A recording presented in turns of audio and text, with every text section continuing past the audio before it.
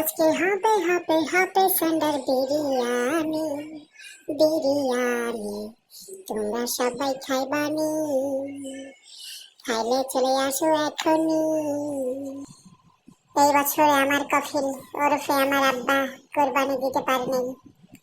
আব্বার এই কষ্টে আমিও কষ্টার্জিত, তাই আমি মাথায় বুদ্ধি এঁটলাম আব্বার জন্য একখান স্পেশাল সান্ডা ধরবো আমি। যেভাবেই হোক আজকে এই সান্ডাটা ধরতে হবে।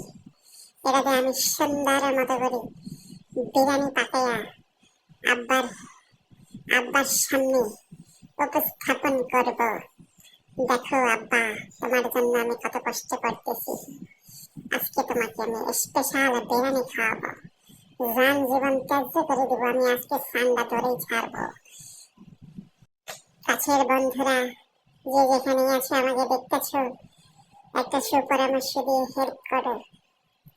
যারা যারা সান্ডার বিরিয়ানি রান্না করেছে ইতিপূর্বে তারা আমার কমেন্ট বক্সে তোমাদের রেসিপিটা শেয়ার করো, যাতে আমি সুন্দর মতো বিরিয়ানিটা রান্না করতে পারি।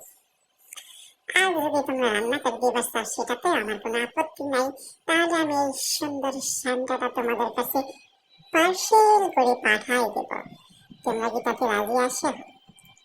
যদি রাজি থাকো তাহলে কমেন্টে লেখো ইয়েস, আর যদি রাজি না থাকো তাহলে কমেন্টে লেখো নো। যাই হোক, সান্ডাটা কিন্তু হ্যাপি হবে। ইতিপূর্বে এরকম রসালো সান্ডাটা আমি অনেক খেয়েছি, কিন্তু আব্বা তো খাইনি। এইবার ফার্স্ট টাইম আব্বাকে আমি স্পেশাল করে একদম ঝাল ফ্রাই টাইপের ভুনা করে বিরিয়ানির সাথে মিক্স করে বাসমতি চালের সাথে গরম গরম পরিবেশন করব।